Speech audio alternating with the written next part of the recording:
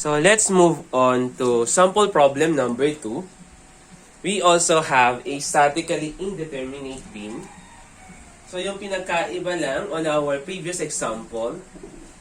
So yung sample problem number 1 natin, it is called a prop beam.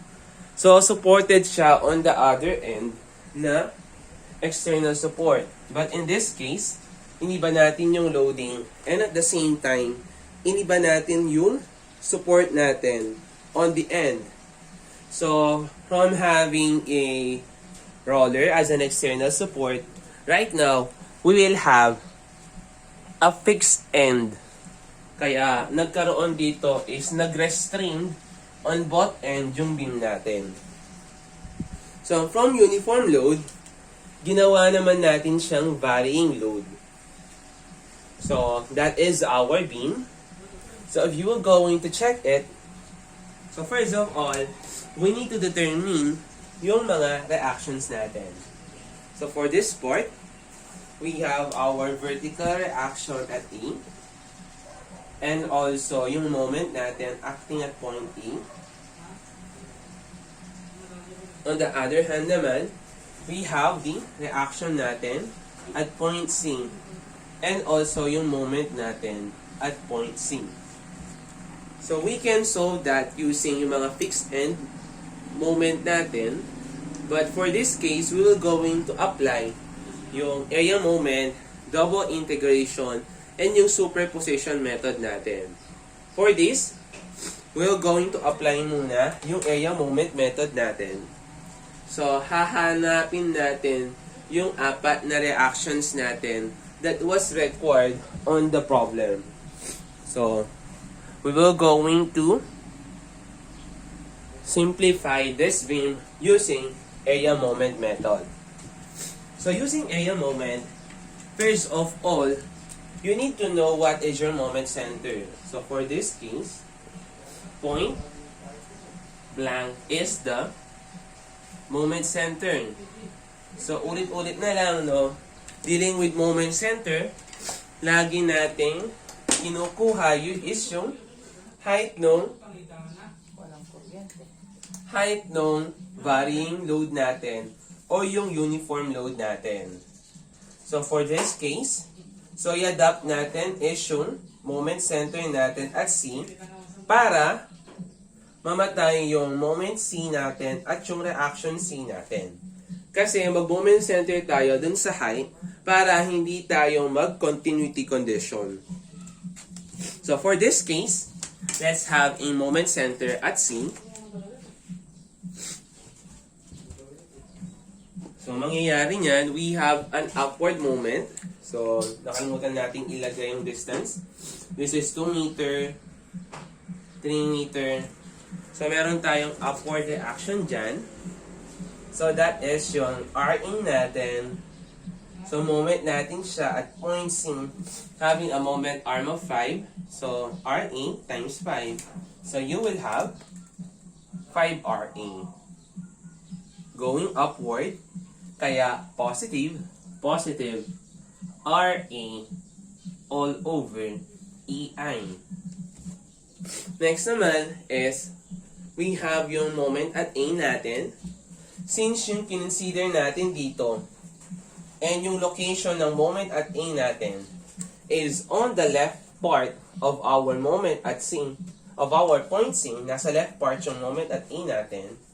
So, yung rotation natin dyan is kapag nasa left part ng moment center natin, dapat yung positive is clockwise. So, for this part, since nasa left part to, tapos counterclockwise, therefore, yung moment natin at A, it will become negative MA. So, this is negative MA all over EI. So, yung last na lang is etong varying load natin applied on segment BC. Since it is downward, obviously it is negative. So, So, moment natin, yung varying load natin with respect sa moment center natin at C. So, that will become 1/2 of 3 multiplied by 12 multiplied by the moment arm of 1/3 of 3. So, you will have negative 18 all over EI, having a degree of the curve na 3 degrees. So, this will now become our moment diagram by parts. So, ito yung positive natin, denoted by the vertical lines. And yung mga negative naman natin, denoted by the slant lines. So, mamamatay yung RC natin, and at the same time, yung moment at C natin. So, if we were going to draw the elastic curve of our beam, you will have, since it is restrained at both ends, yung mangyayari is, so at a certain distance from A, so hindi muna magde-deflect yung beam natin. So after a certain distance, dun muna siya magde-deflect. And also dito din, so at a certain distance dito, hindi muna siya magde-deflect. So that is our elastic curve ng beam natin. So, if we will going to draw yung tangent deviation niya. So, kung mapapansin ninyo, draw tayo ng tangent line at point A. Let's draw a tangent line. So, mangyayari, mag-i-straight lang. If we're going to draw a tangent line at C, so magdodraw tayo ng tangent line, mag-i-straight din siya. Therefore, by assumption, we can say that the tangent deviation of C with respect to the tangent at A is equal to 0. So 1 over EI,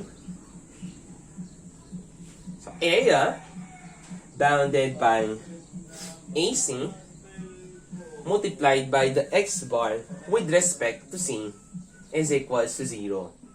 So 1 over EI, yung area muna natin, unahin muna natin yung big triangle natin. That is positive 1/2 of 5RA multiplied by the base of 5 multiplied by the moment arm of 1/3 of 5 minus yung rectangle natin, that is MA multiplied by the distance of 5 multiplied by the moment arm of 2.5 with respect to C. Minus yung spandrel natin, that is 1 over 3 plus 1, so 1/4 of 18 multiplied by the base of 3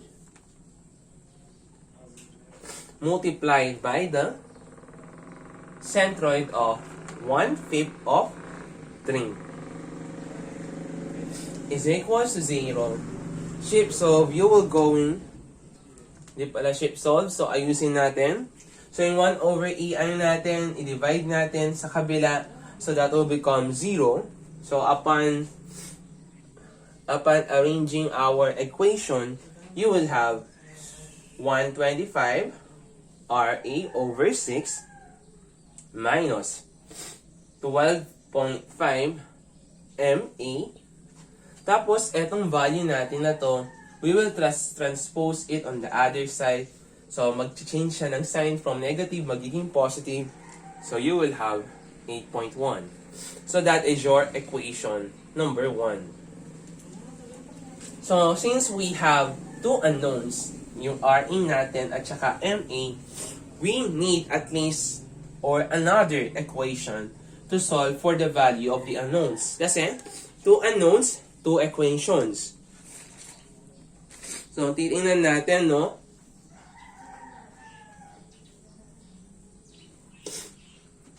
So, if we will look on the other thing naman around, so, tingnan muna natin yung mga slope natin.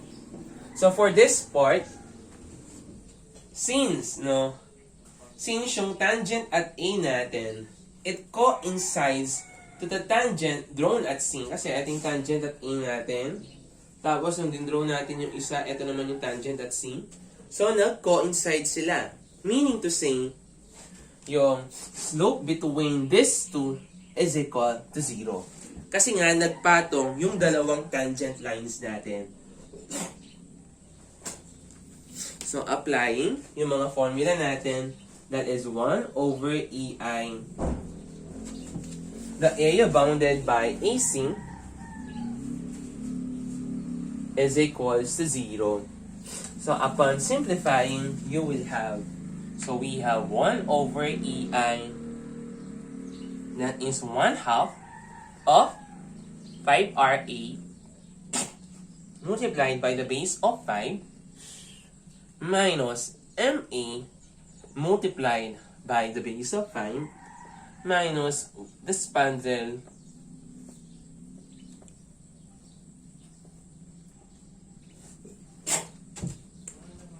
So, you will have another equation. So, upon arranging, so meron tayo dito na 12.5 RA minus 5 MA is equals to 13.5. So, that is your equation number 2. So equate 1 and 2.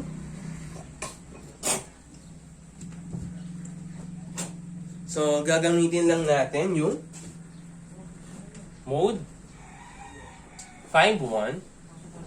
So, lagay lang natin yan sa calculator. You will have the value of RA, which is equal to 2.4624 kilonewton. So that is upward. And the value of your moment at A, which is equal to 3.456 kilonewton meter. So that is counterclockwise. So, upon solving for the value of our unknowns, so we will going to use yung mga static equilibrium equations natin to solve for the remaining. So, nangyari dito is, we have the value of RA. So, okay na to. We have the value of MA. Yung problemahin na lang natin are the values of RC and the values of M sub C. So, solving for those two unknowns, yung gagawin lang naman natin is we will going to consider the whole structure and we will take summation moment, summation forces vertical to solve for the remaining unknowns. So first of all, so let's solve the value of moment at C. So let's take summation moment at C. So summation moment at C, considering whole structure, is equals to 0. So let's say clockwise is positive. Therefore, we have MC that is positive. Mamamatay yung RC natin.